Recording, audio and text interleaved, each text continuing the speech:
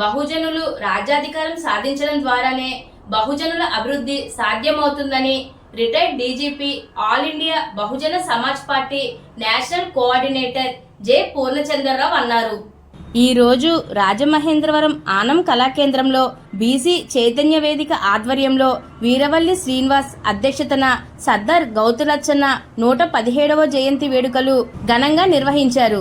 ఈ కార్యక్రమానికి ముఖ్య అతిథిగా all India Bahujan Samaj party national coordinator J Purnachandrarao హాజరయ్యారు. ముందుగా బహుజనుల మహాత్ములకు నివాళులర్పించారు. అనంతరం జె పూర్ణచంద్రరావు మాట్లాడుతూ బీసీలకు రిజర్వేషన్లు సక్రమంగా అమలు చేయడం లేదని అన్నారు. 60% ఉన్న బీసీలకు కేవలం 24% రిజర్వేషన్లు అమలు చేయడం దురదృష్టకరమని అన్నారు. ఈ కార్యక్రమంలో పాల్గొన్న బీసీ సంఘం నాయకులు మార్గాని నాగేశ్వరరావు మాట్లాడుతూ రాష్ట్రంలో బీసీ కులాలకు 40 సంవత్సరాల ప్రాతినిధ్యం వహించిన ఉద్యమ సారథి సర్దార్ గౌతు లచ్చన్న అని తెలిపారు. ఈ కార్యక్రమంలో నర్వా గోపాలకృష్ణ, జనసేన పార్టీ నాయకులు అనుశ్రీ సత్యనారాయణ, మాజీ గౌడ శెట్టిబల్జ సంఘం చైర్మన్ పాలిక శ్రీను, గుత్తుల సత్యనారాయణ, బుల్లి, కె సంజీవరావు, పితాని కుటుంబరావు, బూడిద శరత్ కుమార్, పొట్లూరి దేవి, ఖండవల్లి లక్ష్మి, బహుజన సంఘాల మహిళలు, నాయకులు తదితరులు పాల్గొన్నారు. సర్దార్ గౌతులచ్చన్న గారి 117వ జన్మదిన సందర్భంగా జరుగుతున్న కార్యక్రమంలో మరి వక్తలు వేరు వేరు విధంగా మాట్లాడడం జరుగుతుంది. మనం రాజ్యాధికారాన్ని సంపాదిద్దాం అని మాట్లాడుతూ ఉంటారు. ఎలా వస్తుంది రాజ్యాధికారం? మనం ఏమైనా సంఘాలను కలుపుకొని ఏకతాటి మీద తీసుకెళ్తున్నావా? సంఘాలు ఎన్నున్నా నేను చెప్పేది ఉంటే సంఘాలు ఎన్నున్నా ఆ సంఘాలన్నీ కలిసి ఒక కమిటీ అవ్వాలి.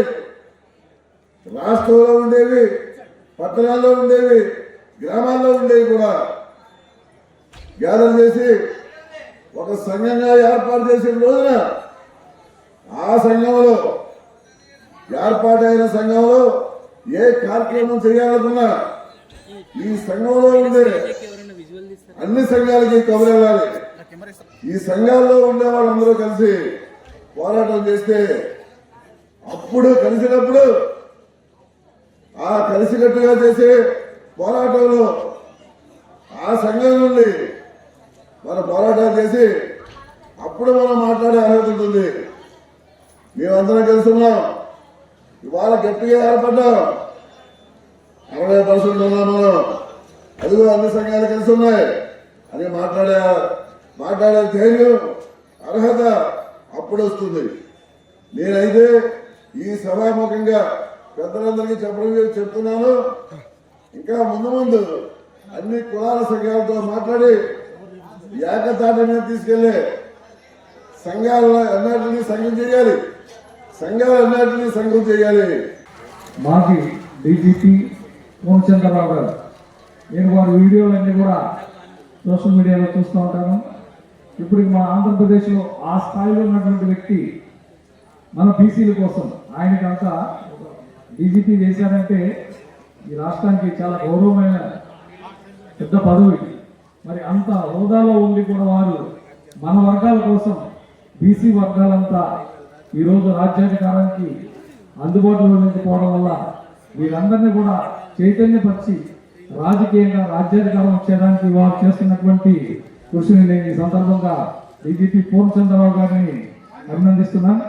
అదేవిధంగా మన రాజమండ్రి నగరంలో ఈ జిల్లాలోనే కాకుండా రాష్ట్ర వ్యాప్తంగా కూడా మరి బీసీల కోసం ఆర్నిశలు శ్రమిస్తున్నటువంటి నాగేశ్వరరావు గారు వాళ్ళు కూడా మనం సహకరిస్తారు.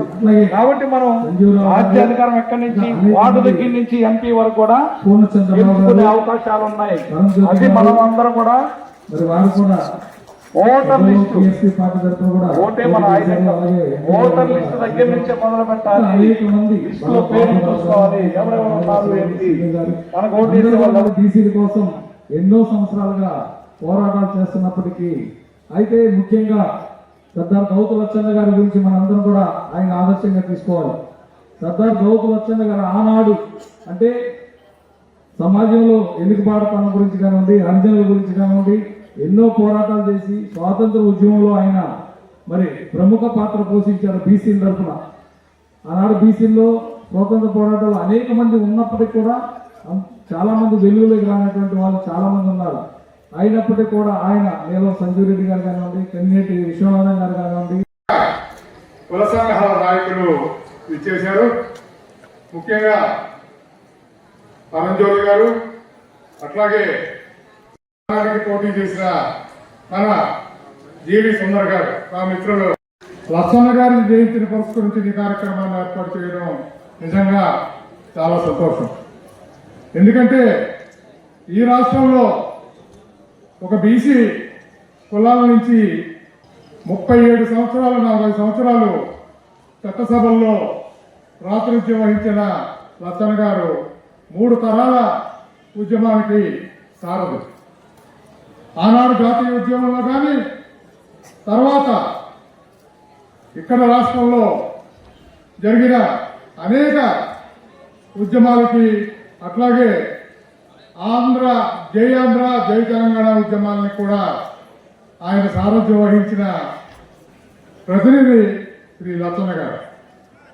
అటువంటి లచ్చన్న గారు మా రాజమహేంద్రవరానికి ఎంతో సుపరిస్థితులు. ఇక్కడ రాజమండ్రి సెంట్రల్ జైల్లో ఆయన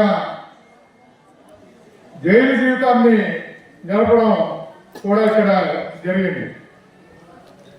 ఆయన ప్రత్యేక ఆంధ్ర రాష్ట్రం గురించి ఆనాడు మద్రాసు నుంచి విడిపోయి ఈ రాష్ట్ర రాష్ట్రం ఏర్పడడానికి ప్రతి మంత్రివర్గంలో కూడా తదుపరి ఎన్నో మంత్రివర్గాల్లో ఆయన మంత్రిగా కూడా పనిచేసిన సందర్భం ఉంది. రాజమండ్రిలో ఇంతమందిని కలవడం నాకు చాలా ఆనందం ఉంది. అన్ని కులాల వాళ్ళు ఇక్కడ ఉన్నారు అంటే ఇది నిజమైన నివాళి. ఏదో ఒక కులానికి సంబంధించిన మహనీయుడు కావాలైన మన అందరికీ చెందినవాడు ఒక అంబేద్కర్, అందరికీ చెందినవాడు ఒక జ్యోతిబా ఫులే, అందరికీ చెందినవాడు అలాగే మండల్, అలానే నారాయణగురు, అలానే దొమ్మేటి వెంకటరెడ్డి, అలానే సర్వాయి పాపన్న, మరి ఉన్నారు. మరి ఆ కార్యక్రమాన్ని ఈ రోజు మన వీరవల్లి శ్రీనివాస్ గారు బహుజన మాట పాట అని చెప్పి ఇక్కడ నిర్వహించడం చాలా వారిని అభినందిస్తున్నా. ఈ కార్యక్రమాన్ని ఇక్కడ నిర్వహించినందుకు ఈ రోజున మనం నేను పొద్దున వచ్చి అనుకుంటా ఉన్నాం, మేము డిస్కస్ చేసేటప్పుడు ఎక్కడ పెట్టాలా రాజమండ్రిలో మీటింగ్. రాజమండ్రిలో పెట్టాలంటే నేను ఒకటే చెప్పా, ఆనం కళా కేంద్రం లాంటి ప్లేస్ లోనే పెట్టాలి. ఎక్కడ పెడితే అక్కడ పెట్టద్దు. అదే ఆయనకి నివాళి కాదు. గౌతమ్ లచ్చన్న లాంటి పెద్దవాడిని మనం స్మరిస్తున్నప్పుడు ఎలాంటి ప్లేస్ లో ఉండాలి చెప్పండి. వాళ్ళు ఎలా ఉంటారు చెప్పండి. వాళ్ళు ఎక్కడెక్కడ నడుపుతుంటారు మీరు చెప్పండి. ఒక ఎన్టీఆర్, ఒక వైఎస్ఆర్ ఎక్కడ పెడతారు చెప్పండి సభలో. వాళ్ళకన్నా గొప్పవాడు కదా గౌతమ్ లచ్చన్న నాకు చెప్పండి. మనం మర్చిపోతున్నాం మన మహనీయుని. అంబేద్కర్ కన్నా గొప్ప నాయకుడు ఉన్నాడా ఈ దేశంలో? ఈ ప్రపంచంలోనే లేడు. ఆయనకు అంతటి మేధావి ఎవరు లేదు. జ్యోతిబా ఫులే బ్రిటిష్ వాళ్ళు ఉన్నప్పుడే మన గురించి ఆలోచించాడు. ఎవరన్నా ఆలోచించారు? ఇప్పటికి కూడా ఈ నాయకులు, ఈ చంద్రబాబు, ఈ జగన్ మన గురించి ఆలోచిస్తున్నారా చెప్పండి. ఆలోచిస్తే బీసీలకు 34% రిజర్వేషన్ స్థానిక సంస్థలు ఇస్తామని ఎందుకు ఇవ్వట్లేదు నాకు చెప్పండి. 2 సంవత్సరాలు అయ్యాయి. నిన్నగాక మొన్న ఆర్ఆర్ మిశ్రా కమిషన్ ఏం చెప్తుంది? బీసీలు ఆంధ్రప్రదేశ్ లో 50% ఉన్నారట. అంతకుముందు 2024లో జగన్ ఒక సర్వే చేశాడు, అందులోనేమో 52% ఉన్నాడు అంటాడు. ఆయన బయట పెట్టాడు జగన్, ఈయనేమో కమిషనర్ 50. ఏ రకంగా వచ్చింది ఆ నంబర్ చెప్పండి. 50 ఉంటే 34% ఇవ్వటం చెప్పండి. కొన్నాళ్ళు 34% రిజర్వేషన్ ఇచ్చారు. ఆ తర్వాత 50% సీలింగ్ అని చెప్పి దాన్ని 24కు తగ్గించేశారు జగన్మోహన్ రెడ్డి ప్రభుత్వంలో. దీని గురించి ఎవరు ఉద్యమాలు చేయట్లా. ఒక డిఎస్సి గురించి ఉద్యమాలు చేస్తున్నారు, చేయండి. డిఎస్సి గురించి కరెక్టే, నిలదీయండి. ఏదో అక్కడ సీజేపీ చేసింది ఢిల్లీలో, కాబట్టి మేము కూడా ఇక్కడ డిఎస్సి మీద చేస్తాం. అక్కడ బీజేపీ ధర్మేంద్ర ప్రధాన్ని రిజైన్ చేయమని బీజేపీ చేసింది కాబట్టి నేను లోకేష్ రిజైన్ చేయమని చెప్పి మేము ఉద్యమం చేస్తాం, ర్యాలీలు చేస్తాం అని మొత్తం దేశమంతా రాష్ట్రమంతా చేస్తున్నారు. సరే చేయండి, బాగా తప్పేం లే.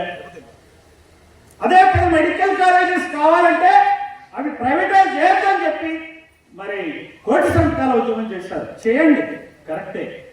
మరి మా బీసీలకు 34% రిజర్వేషన్ ఇవ్వాలి చంద్రబాబు ప్రభుత్వం మీద, మరి ఈ జగన్ పార్టీ ఎందుకు ర్యాలీ చేయట్లేదు చెప్పండి. ఇది ఆలోచించాలా. ఈ రెండు పార్టీలు మనవి కాదని తెలుసుకోవాలా, వీళ్ళు మన హీరోలు కాదని తెలుసుకోవాలా. మన హీరో ఎవరు చెప్పండి? సర్దార్ గౌతు లచ్చన్న ఆయన దారిలో నడవాలా. నడిస్తేనే ఈ సమస్యలు మనకు అర్థమవుతాయి. ఒక పిపి మండల్ దారిలో నడిస్తేనే మనకి సమస్యలు అర్థమవుతాయి. పిపి మండల్ మొట్టమొదటిగా బీసీల రిజర్వేషన్ కి నడుము పెట్టాడు. ఆ తర్వాత కమిషన్ రిపోర్ట్ ఇచ్చాడు. శరద్ యాదవ్ పుణ్యమాని, కాంశీరామ్ పుణ్యమాని, విపి సింగ్ మెడలు వచ్చి మరి ఓబీసీ రిజర్వేషన్ 27% తెచ్చుకున్నారు. ఆ తర్వాత ఏమైంది? బీసీ నిద్రపోయారా? బీసీలు ఈ పార్టీలో కూర్చుని పనిచేస్తా ఉంటే మరి సమస్యలు ఎందుకు తీరుస్తారు చెప్పండి. మనకు ఐక్యత లేకపోవడానికి కారణం మనలో ఉన్న సంఘాల నాయకుల కారణం కాదు, అది కూడా చెప్తున్నా నేను. మనకు డబ్బు లేక కాదు, మనల్ని ఎవరైతే రాజకీయంగా అణుస్తున్నారో వాళ్ళ గురించి మనకు తెలియకపోవటం, ఆ నాయకులే మన హీరోలు అనుకోవటమే మనం చేసేటువంటి తప్పు. ఈ రోజున రాష్ట్రంలో దాదాపు 79వ సంవత్సరం మనకి స్వాతంత్రం వచ్చి 16 ఎన్నికలు జరిగాయి. ఎంతమంది ఎమ్మెల్యేలు అయ్యారో తెలుసా మనకి ఈ రాష్ట్రంలో? ఆంధ్రప్రదేశ్ లో, తెలంగాణ కాదు, ఓన్లీ ఆంధ్రప్రదేశ్ చెప్తున్నా. 13 జిల్లాల ఆంధ్రప్రదేశ్ లో అసెంబ్లీలో 2902 మంది ఎమ్మెల్యేలు అయ్యారు. 2902 ఎమ్మెల్యేలు అయితే రెడ్లు కమ్మలు వాళ్ళు ఉంది 100కి 8. బీసీలు 100కి 50 అని చెప్తున్నాడు కదా ఆర్ఆర్ మిశ్రా కమిషన్. కమ్మారెడ్డి ఎంతమంది ఉన్నారో చెప్పమనండి. ఆ కమిషన్ చెప్తారా? చెప్పమనండి. మనం 2% తగ్గించారంటే ఆ 2% వాళ్ళు కలుపుకోవటానికి ఉన్నది 60% అయితే జగన్మోహన్ రెడ్డి హయాంలో 52 చేశారు. ఆ 8% వాళ్ళు కలుపుకోవటానికి. వాళ్ళు అంతమంది కూడా లేరు 100కి కూడా. అయినప్పటికీ 100కి 8 మంది మాత్రమే వాళ్ళ లెక్క ప్రకారం కమ్మారెడ్డి ఉంటే ఈ రోజున అసెంబ్లీలో ఎంతమంది ఉన్నారండి ఎమ్మెల్యేలు? 62 మంది ఉన్నారు. అంటే 100కి 35 మంది ఎమ్మెల్యేలు వాళ్ళే. 62 మంది ఎమ్మెల్యేలు ఉన్న కమ్మారెడ్డి యొక్క పనులు అయితే 100కి 40 మంది ఎమ్మెల్యేలు ఉన్న బీసీలకు పనులు అయితే చెప్పండి. చెప్పండి, ఎవరికి ఎమ్మెల్యేలు ఏ కులానికి ఎక్కువ ఉంటే ఆ వాళ్ళకే పనులు అవుతాయి. ఇక్కడ ఉందండి రాజమండ్రిలో ఎవరు ఎమ్మెల్యే చెప్పండి. ఆయనకి ఆయన వర్గానికి అయితాయా? బీసీలకు అయితాయా పనులు? ఎస్సీలకు అయితాయా? ఎస్టీలకు అయితాయా? ముస్లింలకు అయితాయా? చెప్పండి. అయితే అంటారా? మాట్లాడరే చెప్పండి. ఎవరికైతే ఇక్కడ వాళ్ళ వర్గం ఎవరికి? ఇక్కడ ఎవరు ఎమ్మెల్యే? ఎవరి పేరు? బీసీ వర్గం. ఈ ఎమ్మెల్యే అంటే మీరు టౌన్ చెప్తున్నారు. అసలు కథానాయకుడైన ఎమ్మెల్యే ఎవరు చెప్పండి నాకు. రాజమండ్రి ప్రాంతం కథానాయకుడైన ఎమ్మెల్యే ఎవరు చెప్పండి. ఇక్కడ ఎమ్మెల్యే అంటే ఎవరు అనుకుంటారు? అమరావతిలో ఎవరి పేరు తెలుస్తుంది చెప్పండి. మరి అదే చెప్తున్నా నేను. నాకే అవగాహన ఉంది, నేను బయట నుంచి చూస్తుంటే ఆయనే ఎమ్మెల్యే అని కాదని. ఎవరికైతే పనులు చెప్పండి. అట్లానే ఎంపీ ఎవరు? మరి ఇందాక చెప్పారు ఎంపీ